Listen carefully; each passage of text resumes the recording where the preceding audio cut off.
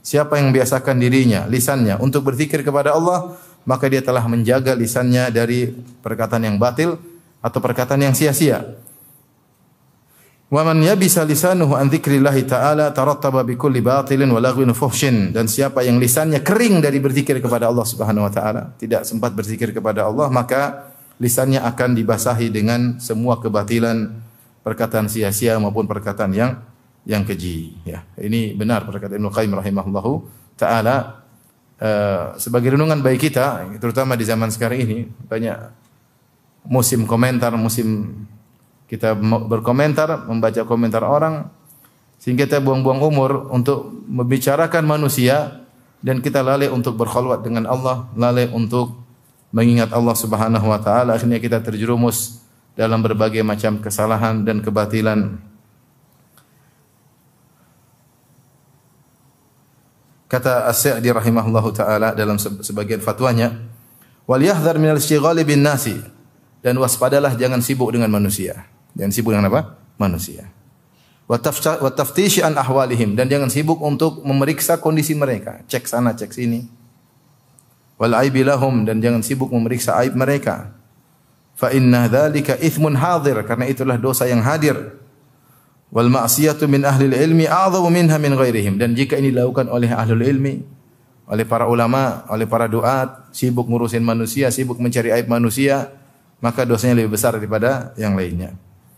Wa li anna ghairahum yaqtadi bihim, karena selain mereka, selain ulama, mereka menjadikan ulama sebagai uswah, sebagai teladan. Ya. Kemudian kata beliau, wa li anna al-istighala bin nasi yudayyi'u al-masalihan nafi'ata wal waqtan nafis wa yadhhab bahjatul ilmi wa nuruhu. Kata beliau, karena sibuk ngurusin manusia hanyalah menghilangkan banyak kemaslahatan yang bermanfaat dan hanya membuang waktu-waktu yang berharga dan menghilangkan indahnya ilmu dan cahaya ilmu. Ini saya kasih mukaddimah tentang pentingnya khalwat, karena ternyata sibuk dengan membicarakan manusia, urusan manusia, mengomentari mereka, membaca komentar orang tentang mereka, sebagaimana zaman sekarang. Kita lagi sibuk tentang itu enggak? Lagi sibuk ya. Itu hanya membuat hati menjadi keras. Dan itu semua penyakit. Dan nyaman kalau sudah berbicara tentang manusia, kita jadi mudmin, jadi ketagihan. Menyenangkan ya, ghibah, namimah, mengungkit aib orang lain, kemudian membongkar keburukan orang lain, membaca komentar orang tentang keburukan orang lain, bantah-bantahan, menyenangkan. Tanpa terasa sejam kita lewati setiap hari. Sejam, 2 jam ya. Tanpa terasa hanya mengotori hati kita, sehingga waktu kita untuk baca Quran, untuk salat malam, untuk berzikir kepada Allah tidak sempat. Tidak sempat berkhalwat dengan Allah Subhanahu wa taala. Bagaimana kita mau bahagia? Bagaimana kita mau bahagia? Karena tidak mungkin bahagia kecuali bersama Allah. Yang ciptakan hati kita adalah Allah Subhanahu wa taala. Yang menganugerahkan kebahagiaan adalah Allah Subhanahu wa taala. Karena Ibnu Qayyim rahimahullah punya perkataan yang indah dalam kitabnya Iddatus Sabirin wa Dhakhiratus Syakirin. Beliau berkata, "Inna fil qalbi sya'than la yulimmuhu illa al-iqbal 'ala Allah." Sungguhnya dalam hati itu ada sya'th, itu ada luka yang tidak ada yang bisa menyembuhkannya kecuali menuju kepada Allah Subhanahu wa taala. Ada penyakit, ada luka, tidak mungkin sembuh kecuali kita kembali kepada Allah. Wa alaihi wahsyah la yuziluha illa al-uns bihi fi khalwatihi. Dan ada keterasingan dalam hati ya. Ada rasa keras, ada rasa tidak nyaman dalam hati. Tidak mungkin hilang kecuali dengan al-uns bihi fi khalwatihi, kecuali dengan bersama Allah dalam khalwat dengannya. Ya, kesendirian bersama Allah Subhanahu wa taala, itulah yang bisa menghilangkan keterasingan, kekeringan hati. Wa fi huzun, dan juga dalam hati itu ada kesedihan. La yudhibuhu illa surur bi ma'rifatihi wa sidqu muamalatihi, dan dalam hati itu ada kesedihan, tidak bisa hilang kecuali dengan kegembiraan yang kita raih dengan mengenal Allah Subhanahu wa taala dan jujur dalam bermuamalah dengan Allah Subhanahu wa taala.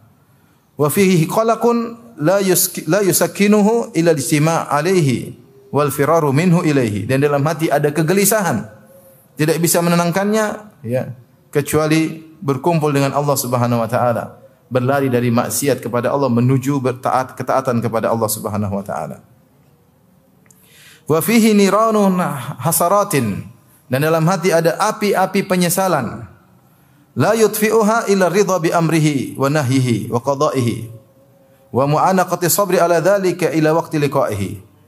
Ya, ada api-api yang menyala karena penyesalan-penyesalan yang tidak bisa memadamkannya kecuali ridha dengan perintah Allah dan keputusannya, ridha dengan perintah dan larangan Allah, ridha dengan keputusan Allah, dan dengan memeluk kesabaran. Peluklah kesabaran sampai waktu bertemu dengan Allah Subhanahu wa taala. Baru jika demikian baru kemudian api penyesalan tersebut bisa redup. Ibnu Qayyim rahimahullah menyebutkan bahwasanya tidak mungkin bahagia kecuali dengan dekat kepada Allah Subhanahu wa taala. Apapun penyakit hati yang kita rasakan, yang beliau sebutkan, ada luka dalam hati, ada kekeringan dalam hati, ada kesedihan, ada kegelisahan, ada penyesalan, ada penderitaan, semua jalan keluarnya adalah khalwat dengan Allah Subhanahu wa taala. Dari sini kita tahu bahwasanya berkhalwat dengan Allah Subhanahu wa taala adalah ibadah yang agung dan faedahnya sangat luar biasa. Kembali kepada sang hamba, dia akan bahagia. Makanya kita dapati sebagian orang kalau rajin salat malam, kita tidak lihat kesedihan dalam wajahnya. Hidupnya mungkin setengah mati, ekonominya mungkin sulit, mungkin ada masalah dalam keluarganya, tapi dia bisa menjalani dengan tenang. Kenapa? Dia berkhalwat dengan Allah Subhanahu wa taala. Sementara sebagian orang mungkin telah dipenuhi kebutuhan duniawinya, tapi gelisah, tidak tentram, tidak tenang. Kenapa? Dia mencari kebahagiaan tidak pada tempatnya. Dia mencari kebahagiaan pada sibuk dengan ngurusin manusia, sehingga dia tidak bahagia. Ini sebagaimana ya hal yang sudah dijelaskan oleh para ulama, tinggal kita mau praktek atau tidak. Anda ingin bahagia, mudah, khalwat dengan Allah Subhanahu wa taala. Kurangi interaksi dengan manusia. Artinya jangan omongin manusia, jangan terlalu lihat komentar tentang manusia. Sudah sibuk dengan baca Quran, dengan salat malam, dengan zikir kepada Allah Subhanahu wa taala, maka kebahagiaan itu akan datang sebagaimana penjelasan Ibnu Qayyim rahimahullahu taala. Anda sendiri tidak akan hilang kecuali dengan ridha keputusan Allah Subhanahu wa taala. Ya. Anda tidak akan hilang kegelisahan kecuali dengan dekat dengan Allah Subhanahu wa taala. Oleh karenanya Muslim bin Yasar berkata, "Ma taladzadzal mutaladzizun bimithlil khalwati bimunajatillahi azza wa jalla." Tidaklah orang-orang berlezat-lezat seperti kelezatan bermunajat dengan Allah Subhanahu wa taala. Muhammad bin Yusuf berkata, "Man arada ta'jilan ni'am falyukthir min munajatil khalwah." Siapa yang ingin nikmat disegerakan, itu kebahagiaan disegerakan, hendaknya dia memperbanyak bermunajat kepada Allah dalam khalwatnya. Dalam khalwatnya. Ingin segera nikmat didapat dengan cara demikian ya. Makanya Ibnu Taimiyah rahimahullah berkata, "Inna fid dunya jannatan man lam yadkhuluha lam yadkhul jannatal akhirah." Di dunia itu ada surga, yaitu kebahagiaan. Siapa yang tidak masuk dalam kebahagiaan dunia, dia tidak akan mendapatkannya di akhirat kelak. Sekarang Ibnu Taimiyah rahimahullah berkata, orang yang beriman yang sering mengingat Allah Subhanahu wa taala pasti bahagia, pasti bahagia. Ini diucapkan oleh seorang ulama, bukan yang hidup dalam kenyamanan, dalam kemewahan, tidak. Yang dipenjara berulang-ulang. Yang dimusuhi oleh banyak orang, yang dituduh dengan tuduhan yang tidak-tidak. Ibnu Taimiyah rahimahullah taala.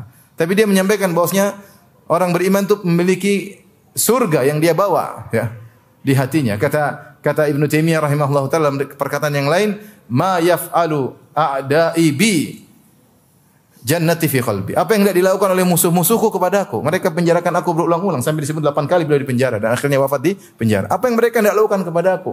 Jannati fi qalbi, surgaku ada di hatiku. Subhanallah. Ini bukan diucapkan oleh orang yang penuh dengan kemewahan, tapi diucapkan oleh seorang yang diuji dengan berbagai macam ujian. Makanya sebagian salah mengatakan, "Lau ya'lamu al-muluk wa abna'ul muluk ma nahnu fihi minan na'im." Seandainya para raja dan para pangeran-pangeran tahu tentang nikmat yang kami rasakan, la jaladuna alaihi bisuyuf, tentu mereka akan memerangi kita untuk merampas kebahagiaan tersebut. Ya. Jangan antum sangka bahwasanya kebahagiaan diraih oleh orang yang memiliki jabatan tinggi, dimiliki oleh enggak, kebahagiaan bisa diraih oleh siapa saja. Caranya khalwat dengan Allah Subhanahu wa taala. Siapa yang ingin nikmat disegerakan, sisihkan waktu untuk munajatil khalwah, yaitu bermunajat kepada Allah dalam khalwat, dalam kesendirian bersama Allah Subhanahu wa taala. Oleh karenanya khalwat dilakukan oleh para anbiya, para nabi ya. Seperti Nabi Muhammad sallallahu alaihi wasallam sebelum beliau diangkat sebagai seorang nabi ya. Apa yang beliau lakukan? Beliau berkhalwat di Gua Hira. Karena beliau bingung itu ingin dekat, ingin mengenal Allah tapi tidak tahu caranya. Beliau tidak tahu caranya. Belum ada wahyu ketika itu. Maka disebutkan oleh Aisyah radhiyallahu taala anha, hubbiba ilaihi al-khala, ya. Kata Aisyah radhiyallahu taala anha, "Tsumma hubbiba ilaihi al-khala wa kana yakhlu bi ghar Hira fa yatahannathu fihi." Maka Nabi pun dibuat suka dengan khalwat. Maka dia pun pergi ke Gua Hira, dia berkhalwat di situ. Siapa yang masuk Gua Hira? Antum kalau pergi ke Gua Hira, ya, di depannya itu ada celah itu view-nya langsung ke Ka'bah, ke arah Ka'bah ya. Itu disebut oleh para ulama, Nabi sallallahu alaihi wasallam berkhalwat di Gua Hira ingin menghindar dari berbagai macam kemaksiatan yang terjadi di masyarakat ketika itu. Ketika itu Mekah secara umum dunia di puncak-puncak kemaksiatan sebelum Nabi diutus. Sampai dalam hadis Rasulullah SAW mengatakan, Inna Allaha nadhara ila ahli al-ardi famaqatahum arabahum ajamahum illa baqai min ahli al-ard illa baqai min ahli al-kitab. Kata Nabi SAW, sungguhnya Allah memandang kepada penghuni bumi dan Allah murka kepada mereka semuanya, orang Arab maupun non-Arab, kecuali segelintir yang tersisa dari ahlul kitab yang masih bertauhid, yang tidak Allah benci kepada mereka. Yang lainnya rusak, maksiat, zina, khamar, bunuh-bunuhan, syirik dengan berbagai macam modelnya ya. Dengan berbagai macam kemaksiatan ya, dengan berbagai macam kemaksiatan ya. Maka Nabi seperti muak dengan itu semua, maka beliau pun berkhalwat, ingin mengenal Allah Subhanahu wa taala lebih dekat ya. Kalau sudah habis bekalnya, beliau kembali lagi, kemudian beliau berkhalwat ya. Tentunya ini dilakukan oleh Nabi karena Nabi tidak tahu bagaimana untuk mengenal Allah. Sampai akhirnya turun ayat kepada Nabi sallallahu alaihi wasallam, baru Allah ajarkan bagaimana berkhalwat yang benar. Tapi intinya Rasulullah SAW ingin mengenal Allah dengan menyendiri. Maka di antara surat-surat yang pertama kali turun kepada Nabi SAW, dan ini menunjukkan khalwat, adalah surat Al-Muzammil. Ya, surat Al-Muzammil ya. Ya ayyuhal muzammil qumil laila illa qalila nisfahu aw inqus minhu qalila aw zid alaihi waratil qur'ana tartila. Inna sanulqi alaika qawlan thaqila illa nashi'atal laili hiya ashaddu wata'an wa aqwamu qila innalaka fin nahari sabhan tawil. Kata Allah Subhanahu wa taala, wahai orang yang berselimut, bangunlah salat malam ya, sepenuhnya kecuali hanya sedikit, tapi kebanyakannya untuk salat malam. Nisfahu aw inqus minhu qalila, salatlah malam engkau setengah malam atau kurangi dari setengah malam. Au zida alaihi, atau lebih dari setengah malam. Itu Allah suruh Nabi salat malam. Ini khalwat yang benar. Rasulullah setelah itu tidak lagi ke Gua Hira karena ada cara khalwat yang diajarkan oleh Allah Subhanahu wa taala dengan salat malam. Ini di awal-awal dakwah sebelum turun berbagai macam syariat. Rasulullah SAW disuruh berkhalwat oleh Allah Subhanahu wa taala. Karena dalam khalwat tersebut banyak faedah yang dapat oleh Nabi sallallahu alaihi wasallam, bekal charger bagi iman Nabi sallallahu alaihi wasallam. Karena di siang hari Rasulullah SAW akan mendapati berbagai macam ujian, cobaan, berbagai macam hinaan dan yang lainnya ya. Dan ini subhanallah, khalwat ini disyariatkan sejak awal Islam. Sejak awal Islam. Ada khilaf di kalangan para ulama, para sahabat juga yang masuk Islam, ada yang mengatakan juga diwajibkan selama setahun. Setelah itu baru kemudian kembali hukumnya sunnah. Ya. Tapi maksud saya, ibadah khalwat itu salat malam adalah kebiasaan para anbiya. Mereka bermunajat kepada Allah Subhanahu wa taala. Lihatlah Nabi Daud alaihissalam, apa kata Nabi sallallahu alaihi wasallam? Afdhalus salati salatu Daud. Sebaik-baik salatnya Nabi Daud alaihissalam. Kana yanamu nisfal lail wa yusalli thulutsahu wa yanamu sudusahu. Beliau tidur setengah malam, kemudian beliau salat sepertiga malam, kemudian beliau tidur lagi seperenam malam. Sepertiga malam untuk bermunajat kepada Allah Subhanahu wa taala. Lihatlah Nabi Musa alaihissalam dipanggil oleh Allah untuk bermunajat kepada Allah. Ketika dipanggil dia datang segera, ingin ketemu Allah. Wa ma ajalaka an qaumika ya Musa. Kenapa kau datang sebelum waktunya wahai Musa? Kata Allah. Dipanggil ada waktunya, Nabi Musa datang sebelum waktunya. Kata Nabi Musa, wa ajiltu ilaika rabbi litarda. Aku bersegera menuju engkau ya Allah agar engkau ridha kepada aku. Ingin segera bermunajat dengan Allah Subhanahu wa taala. Sampai kata para ulama, Ketika Nabi Musa alaihissalam bermunajat dengan Allah, dia merasakan kelezatan luar biasa. Ya, karena benar-benar dia mendengar suara berbicara dengan Allah Subhanahu wa taala. Begitu merasakan kelezatan, dia ingin lihat Allah. Dia mengatakan, "Rabbi arini anzur ilaik." Saya ingin lihat Engkau ya Allah. Saking rindunya. Ada kelezatan yang dia rasakan. Dia minta yang lebih lezat, yaitu melihat apa? Allah Subhanahu wa taala. Itu kelezatan tertunda, hanya bisa dirasakan nanti di hari kiamat di surga. Kelezatan yang terbaik adalah memandang wajah Allah Subhanahu wa taala. Demikian juga Allah menyebutkan misalnya ya,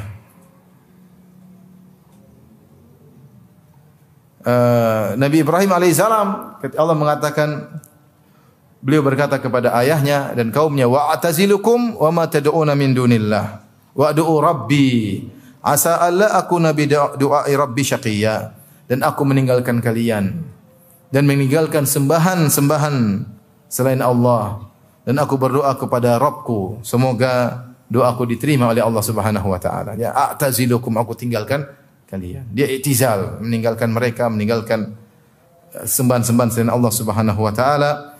Ya, di antaranya agar bisa berkhalwat kepada Allah Subhanahu wa taala. Demikian Nabi Zakaria alaihissalam, ya, fa kharaja ala qaumi minal mihrab, ya, dia punya mihrab, kemudian dia beribadah kepada Allah Subhanahu wa taala. Intinya, ikhwan dan akhwat yang rahmati Allah Subhanahu wa taala, bahwasanya berkhalwat bersama Allah, bermunajat dengan Allah ini mendatangkan kebahagiaan. Saya sering sampaikan bahwasanya kita bisa meraih kebahagiaan dari beberapa sebab. Bersama istri kita bahagia. Bersama anak-anak kita juga apa? Bahagia. Bersama teman-teman juga kita bahagia. Tapi kebahagiaan paling lezat adalah bersama Allah Subhanahu wa taala. Ya. Dan bahkan kalau kebersamaan dengan Allah tidak ada, maka yang lain bisa rusak. Sama istri tidak ada kebahagiaan, sama teman-teman tidak ada kebahagiaan, sama anak tidak ada kebahagiaan. Maka seorang jangan lupa untuk fokus bisa berbahagia dengan Allah. Maka paksa diri untuk punya waktu untuk berkhalwat dengan Allah Subhanahu wa taala. Tapi di antara dalil-dalil yang lain yang juga menunjukkan tentang keutamaan khalwat dengan Allah Subhanahu wa taala, seperti sabda Nabi SAW tentang 7 golongan yang Allah naungi pada hari kiamat kelak. Ya. Sab'atun yudhilluhumullah fi yaumin la dhilla illa dhilluh. 7 golongan yang Allah naungi pada hari kiamat kelak di padang mahsyar ketika jarak matahari 1 mil dan tidak ada naungan kecuali dengan Allah Subhanahu wa taala. 7 golongan tersebut di antaranya kata Nabi sallallahu alaihi wasallam, rajulun dzakarallaha khaliyan fafadat ainah. Seorang yang mengingat Allah dalam kondisi sendirian, khalian. Fafadat ainah, kemudian dia pun menangis. Dan ini sebagaimana dijelaskan oleh Ibnu Hajar rahimahullahu taala, ya, ketika mengomentari hadis ini, rajulun dzakarallaha khaliyan, seorang ketika berzikir kepada Allah dalam kondisi bersendirian, fafadat ainah, kemudian dia pun menangis. Wa qawluhu dzikrullah, dzakarallah ay biqalbihi min at-tadhakkur atau bilisanihi min adz-dzikr, yaitu dia mengingat Allah dengan hatinya atau dengan lisannya, ya. Wa khaliyan min al-khulu, khaliyan maksudnya dia bersendirian. Li'annahu yakunu hina idzin ab'adu min ar-riya. Karena kalau dia sendirian jauh daripada riya, jauh daripada riya. Sehingga dia berzikir kepada Allah Subhanahu wa taala, berkhalwat khalian sendirian, tidak ada yang melihat. Kemudian dia duduk merenungkan Allah Subhanahu wa taala, merenungkan dosa-dosanya, mengingat keagungan Allah Subhanahu wa taala dengan hatinya dan lisannya. Dia ingat tentang hari kiamat, tentang dosa-dosanya, maka dia pun menangis. Ya, maka ini adalah ibadah yang agung menyebabkan seorang dinaungi oleh Allah pada hari kiamat kelak di antara 7 golongan. Di antara hal yang menakjubkan disebut oleh para ulama, di antara 7 golongan tersebut, Nabi mengatakan rajulani tahabba fillah ijtama alaihi wa tafarraqa alaihi. 2 orang yang saling mencintai karena Allah Subhanahu wa taala. Mereka bertemu karena Allah dan berpisah karena Allah. Bertemu karena Allah, kita paham itu bertemu karena ada kegiatan, ya mungkin bertemu di masjid karena ikut pengajian, sama-sama belajar agama. Bertemu karena sama-sama ingin bantu anak yatim misalnya. Bertemu karena urusan-urusan dakwah, bertemu karena urusan akhirat. Kita ngerti. Tapi apa maknanya berpisah karena Allah? Ada beberapa tafsiran tentang makna berpisah karena Allah. Di antaranya adalah mereka pun berpisah karena Allah karena mereka masing-masing ingin khalwat bersama Allah Subhanahu wa taala. Karena kalau setiap saat bertemu dengan teman, kapan mau berkholwat dengan Allah? Maka mereka pun harus berpisah karena Allah. Supaya masing-masing bisa kholwat untuk berzikir kepada Allah dalam kesendiriannya. Ya, dalam kesendiriannya. Maka kalau kita maknakan wa tafarraqa alaihi, berpisah karena Allah dengan makna ini, maka ini juga menunjukkan akan keutamaan kholwat bersama Allah, merupakan sebab seorang dinaungi oleh Allah pada hari kiamat. Di hari tidak ada naungan kecuali naungan Allah Subhanahu wa taala. Demikian juga di antara dalil yang menunjukkan tentang keutamaan khalwat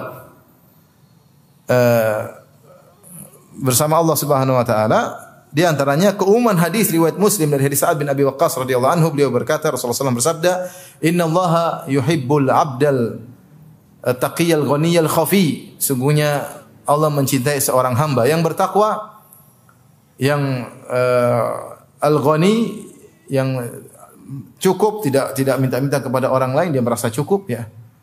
Kemudian al-khafi, yang sembunyi, yang bersembunyi, artinya tidak sering, dia sering bersendirian. Di antara makna hadis ini adalah sering bersendirian, tidak ingin tampil, tidak suka tampil, suka bersendirian. Khafi maksudnya tersembunyi. Di antara maknanya berkholwat dengan Allah Subhanahu wa taala. Allah suka dengan hamba yang seperti ini. Dia bersendirian, kemudian berzikir kepada Allah, baca Al-Quran, berkholwat bersama Allah, dia bermunajat kepada Allah, nikmati kebersamaannya dengan Allah Subhanahu wa taala. Demikian juga di antaranya keumuman hadis Rasulullah SAW bersabda, "Man istata'a minkum an yakuna lahu khabi'un min amalin salih falyaf'al." Siapa di antara kalian yang mampu untuk memiliki amalan saleh yang tersembunyi, maka lakukanlah. Di antara amalan soleh yang disembunyikan oleh seorang ketika dia berkholwat bersama Allah Subhanahu wa taala. Apakah dia bersendirian ketika salat malam, ataukah dia bersendirian ketika baca Al-Qur'an, ataukah dia bersendirian ketika zikir kepada Allah Subhanahu wa taala, apakah dia bersendirian ketika dia berdoa bermunajat kepada Allah Subhanahu wa taala. Di antara amal yang dicintai oleh Allah adalah amalan yang disembunyikan. Di antara amal yang bisa disembunyikan adalah dengan berkholwat kepada Allah Subhanahu wa taala. Taib, ini di antara dalil tentang keutamaan kholwat. Di antaranya semua dalil tentang keutamaan salat malam, termasuk keutamaan kholwat kepada Allah Subhanahu wa taala. Taib. Ikhwan dan akhwat yang dirahmati Allah Subhanahu wa taala. Apa itu kholwat? Ya, dan cara-cara kita berkholwat kepada Allah Subhanahu wa taala. Kholwat maknanya secara umum yaitu seorang bersendirian, ya, menjauhkan diri dari pandangan manusia, dan juga menjauhkan diri dari connecting, interaksi dengan makhluk. Kemudian dalam kesendirian tersebut dia menampakkan kerendahannya, kehinaannya, kebutuhannya kepada Allah Subhanahu wa taala. Atau dia menyampaikan kegelisahannya, kesedihannya kepada Allah Subhanahu wa taala. Atau dia mengingat Allah, keagungan Allah Subhanahu wa taala. Itu namanya khalwat. Intinya dia bersendirian dalam rangka untuk mengingat Allah. Mengingat Allah itu banyak. Bisa dengan baca Quran, bisa dengan salat, bisa dengan berzikir, bisa dengan berdoa kepada Allah, bisa dengan menyampaikan kegelisahan, curhat kepada Allah Subhanahu wa taala. Semuanya namanya apa? Khalwat. Ini namanya khalwat. Berusaha menjauhkan diri dari pandangan manusia. Ini mengingatkan saya tentang pernyataan Ibnu Rajab Al-Hambali ketika membahas tentang i'tikaf, karena di antara bentuk khalwat adalah i'tikaf. Beliau berkata, hakikatul i'tikaf, hakikat i'tikaf adalah qatul alaik anil khalaik wa ittisalu bi khidmatil khaliq. Kata beliau, namanya i'tikaf, hakikat i'tikaf adalah memutuskan seluruh relasi dengan makhluk, kemudian nyambung dengan Allah Subhanahu wa taala. Itu namanya hakikat i'tikaf. Itulah hakikat khalwat. Dan khalwat secara umum ada dua, ada khalwat hati dan ada khalwat jasad. Yang paling utama adalah khalwat hati. Seorang hatinya selalu ingat kepada Allah. Ya. Bahkan khalwat hati ini dia bisa lakukan meskipun di tengah banyak orang. Kalau dia terbiasa ingat Allah Subhanahu wa taala dalam meskipun banyak orang depan, dia tidak peduli karena hatinya sedang berkhalwat dengan Allah Subhanahu wa taala. Orang rame dia baca buku, baca tafsir. Dia tenggelam dalam membahas syariat Allah Subhanahu wa taala. Ini khalwat, hatinya khalwat. Dia tawakal kepada Allah, dia kosongkan hatinya dari segala makhluk, dia hanya tawakal kepada Allah. Di tengah kesulitan hatinya sabar, ini khalwat. Khalwat hati. Makanya di antara perkataan indah dari Ibnu Hajar Al-Asqalani rahimahullah ketika membahas tadi yang saya sebutkan, Wa rajulun dzakarallaha khaliyan fa fadat ainah, seorang yang mengingat Allah dalam kesendiriannya khalian, maka dia pun menangis. Di antaranya beliau berkata, setelah beliau menjelaskan khalian ay minal khulu, khalian diambil dari khulu itu kosong, dia sendirian, maksudnya li'annahu yakunu hina idzin ab'ada minar riya. Karena khulu ketika seorang sendirian maka lebih jauh daripada riya, karena enggak ada yang diharapkan untuk memujinya, karena orang enggak lihat dia sendirian. Dia nangis tidak ada yang melihat. Jadi kalau dia nangis depan banyak orang, mungkin orang puji dia. Enggak, dia nangis sendiri, tidak ada yang lihat. Kemudian dia berkata, wal muradu khalian min iltifati ila ghairillah. Yang dimaksud dengan khalian itu kosong dari menengok kepada selain Allah, yaitu hati fokus kepada Allah. Walau kana fi malain, meskipun dia di depan banyak orang. Jadi Ibnu Hajar rahimahullah mengatakan, seorang bisa berkhalwat dengan hatinya meskipun depan banyak orang, yang penting dia tidak nengok kepada makhluk. Dia benar-benar fokus kepada Allah. Ini kalau seorang sudah terbiasa, maka dimanapun dia berada dia bisa berkhalwat. Di bandara, di pesawat, dia santai. Dia baca Quran, hatinya fokus kepada Allah Subhanahu wa ta'ala. Dia berzikir, hatinya fokus kepada Allah. Dia tawakal, ada masalah, sabar. Tawakal kepada Allah, sabar. Menyerahkan urusan kepada Allah Subhanahu wa ta'ala. Tidak berharap, tidak takut kecuali kepada Allah Subhanahu wa ta'ala. Ini khalwat qalbiyah. Dan ini yang paling utama. Ini adalah landasan. Yang kedua, khalwat jasadiyah. Itu jasad ini juga mendukung. Dengan kesendirian seorang jauh dari pandangan manusia, ini juga khalwat jasadiyah, ini juga mendukung. Makanya disyariatkan salat malam. Kata Nabi SAW, sallu bil laili wan nasu niyam. Salatlah kalian di malam hari ketika orang-orang sedang tidur. Artinya orang semua tidak ada lihat kamu. Kau berkhalwat dengan Allah, kau tidak berharap pujian manusia. Maka khalwat jasad juga penting, mendukung khalwat hati. Karena kalau seorang bersendirian tidak ada yang lihat, dia bisa konsentrasi untuk bermunajat kepada Allah Subhanahu wa ta'ala. Makanya disyariatkan salat malam ya. Disyariatkan misalnya i'tikaf agar seorang memojok sendiri mengingat Allah Subhanahu wa ta'ala dan yang lainnya ya. Tapi yang paling utama adalah khalwat hati. Khalwat jasad membantu khalwat hati. Adapun bentuk-bentuk khalwat yang mungkin kita lakukan, ikhwan dan akhwat yang dirahmati oleh Allah Subhanahu wa ta'ala. Yang pertama dalam keseharian misalnya adalah salat malam. Ini adalah khalwat yang bisa kita rutinkan tiap hari. Yang terutama di sepertiga malam yang terakhir, yang di mana Rasulullah SAW bersabda, yanzilu Rabbuna tabaraka wa ta'ala hina yabqa thulutsal akhir minal lail.